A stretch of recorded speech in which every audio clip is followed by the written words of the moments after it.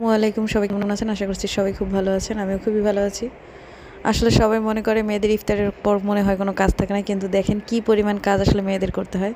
Helping hand দিয়ে যদি সব কাজ হয়ে যেত তাহলে আসলে আমাদের এত কষ্ট হতো না। অনেক কাজ করতে হয়, অনেক কাজ করতে হয়, অনেক কাজ করতে হয়।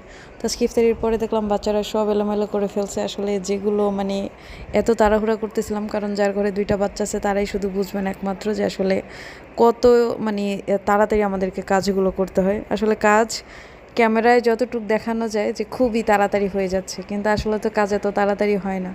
হাত পা জ্বলে পুরো অঙ্গার হয়ে যায়, আর অনেক বেশি স্পিডে কাজ করতে হয়। নর্মালি আমি স্পিডে কাজ করি, বাট অনেক বেশি স্পিডে কাজ করতে হয়। যাই হোক, যদি ভালো লেগে থাকে আর আবার চ্যানেলটা যদি নতুন ঘুরে থাকেন আর যদি সামান্যতম ভালো লেগে থাকে, অবশ্যই একটা সাবস্ক্রাইব করে দিবেন আর অবশ্যই একটা লাইক দিয়ে দিবেন, প্লিজ রিকোয়েস্ট করলাম। কারণ এরপরের ভিডিও বানাতে আমার আসলে বেশি একটু উৎসাহিত হব। আর ইফতারিতে এত বেশি প্লেট বাটি, যতই চিন্তা করি যে না প্লেট বাটি আর লাগাবো না, আমি যদি পারতাম এই টেবিলের উপরে বসে খেয়ে ফেলতাম, তো এটা তো সম্ভব না, অনেক বেশি। আর এই দেখেন বানরের মতো আসলে কে যেন কলা ছিলে নিয়ে নিঃসন্দেহে আমার ছেলে নিয়ে গেছে। আর আমি চুলার পাড়ে এসে তো আমার মাথা ঘোরার অবস্থা। যাই হোক, মাথা ঘুরে লাভ নেই, কাজ করতেই হবে, মেয়ে মানুষ। আমি যত তাড়াতাড়ি সম্ভব বাচ্চাদেরকে টিভির সামনে বসিয়ে রান্নাঘরে চলে আসছি। তো সবার আগে আমি রান্নাঘরটা পরিষ্কার করে নিয়েছি, আর এখানে সামান্য একটু ট্রিক্স দিয়ে আমি রান্নাঘর পরিষ্কার করছি। আর আমি পরিষ্কার করে তারপর প্লেট বাটি ওয়াশ করব।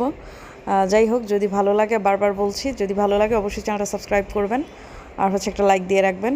আর কী ধরনের ভিডিও দেখতে চান অবশ্যই কমেন্ট করে জানাবেন, কারণ আপনি একটা কমেন্ট এবং লাইক দিলে অন্যজন দেখার সুবিধা হবে। তো আশা করছি আমার ভিডিও আপনার ভালো লেগেছে। তারপর আমি এখানে খুব তাড়াতাড়ি করে সব ওয়াশ করে নিচ্ছি। ওয়াশ শেষ করে আমি বাচ্চাদের কাছে যাবো। এর মধ্যে আমার বাচ্চা কয়েকবার আমার কাছে এসেছিলো যে বাবা আম্মু আমার কাছে আসো। তো আমি তাদেরকে টাইম না দিয়ে আসলে আমি ভিডিওগুলো বানাচ্ছি। বুঝতেই পারছেন ভিডিওগুলো করতে আসলে অনেক বেশি কষ্ট হচ্ছিল। তারপর আমি আলটিমেটলি শেষ করতে পেরেছি সব কিছু। তারপর আছে তাদের রাতের খাবার বানানো, তারপর আছে তাদেরকে খাওয়ানো, সব কিছু ম্যানেজ